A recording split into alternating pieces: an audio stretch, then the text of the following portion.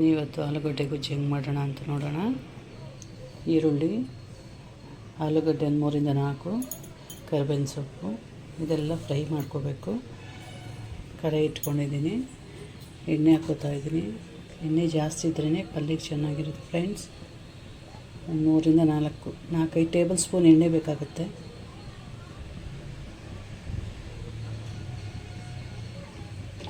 ಎಣ್ಣೆ ಹಾಕ್ಕೊಂಡಿದ್ದೀನಿ. ಸ್ವಲ್ಪ ಎಣ್ಣೆ ಕಾಯಿಲಿ.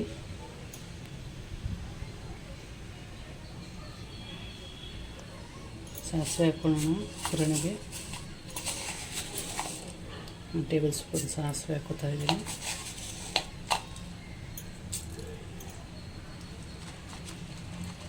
ಜೀರಿಗೆ ಹಾಕ್ಕೋತಾ ಇದ್ದೀನಿ 1 ಟೇಬಲ್ ಸ್ಪೂನ್.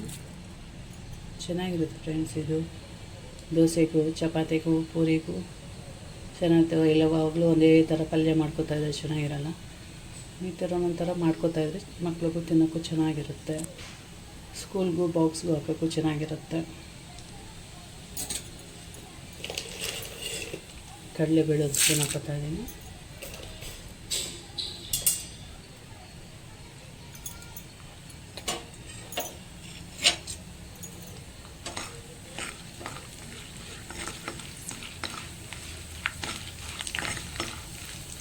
ಸ್ವಲ್ಪ ಬ್ರೌನ್ ಆಗಬೇಕು ಕಡಲೆಬೇಳೆ.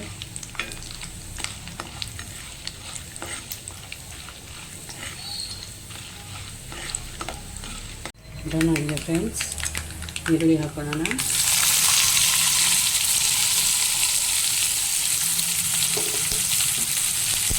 ಈರುಳ್ಳಿ ಚೆನ್ನಾಗಿ ಫ್ರೈ ಮಾಡೋಣ.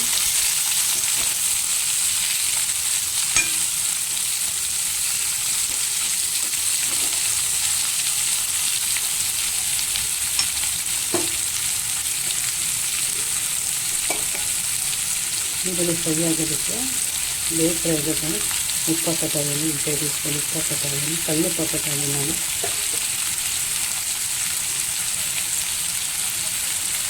ಸ್ವಲ್ಪ ಬೇಗ ಬೇಕಾಗುತ್ತೆ ಉಪ್ಪು ಹಾಕ್ಕೊಂಡಾದರೆ.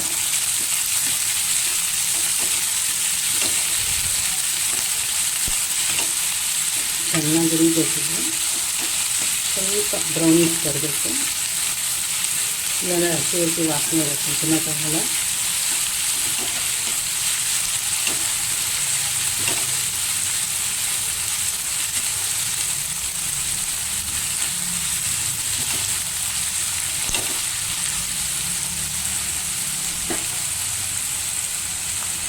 ಫ್ರೈ ಆಗಿದೆ ಈರುಳ್ಳಿ. ಆಲೂಗಡ್ಡೆ 3-4 ಹಚ್ಕೊಂಡಿರೋ ಆಲೂಗಡ್ಡೆ ಅದನ್ನು ಹಾಕ್ಕೋತಾ ಇದ್ದೀನಿ. ಅಲ್ಲಿ ಚೆನ್ನಾಗಿ ಫ್ರೈ ಮಾಡ್ಕೋತಾ ಇದ್ದೀನಿ.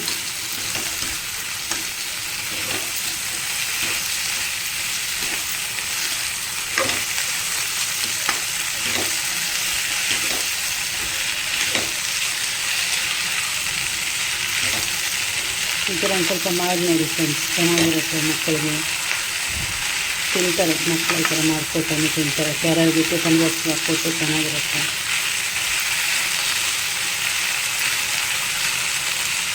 ಸ್ವಲ್ಪ ಆಲೂಗಡ್ಡೆ ಫ್ರೈ ಆಗಿ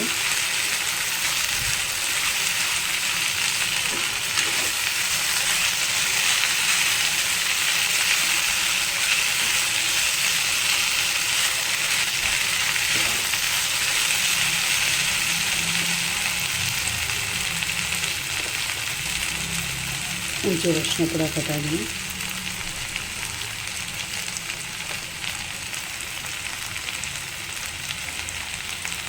ಮನೇಲಿ ಮಾಡಿರೋಂಥ 1 ಟೇಬಲ್ ಸ್ಪೂನ್ ಸಾಂಬಾರು ಪುಡಿ ಹಾಕ್ಕೋತಾ ಇದ್ದೀನಿ.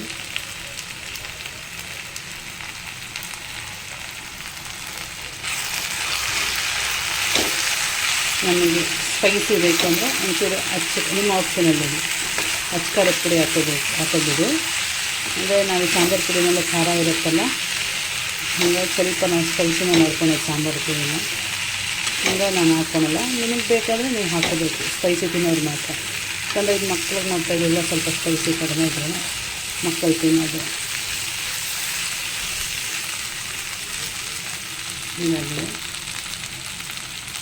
ಕೊಂಚ ನೀರು ಆ್ಯಡ್ ಮಾಡ್ಕೊತಾ ಇದ್ದೀನಿ.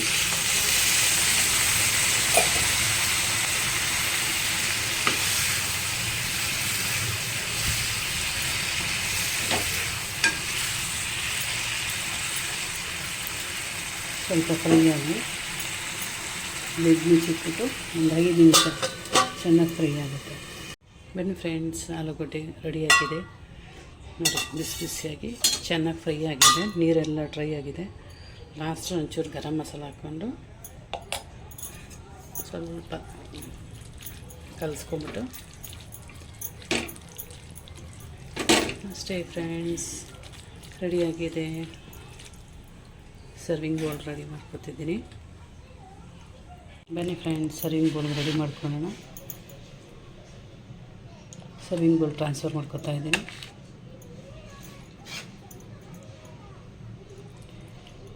ನೋಡಿ ಫ್ರೆಂಡ್ಸ್, ಬಿಸಿ ಬಿಸಿ ಚಪಾತಿ ಜೊತೆ ಚೆನ್ನಾಗಿದೆ.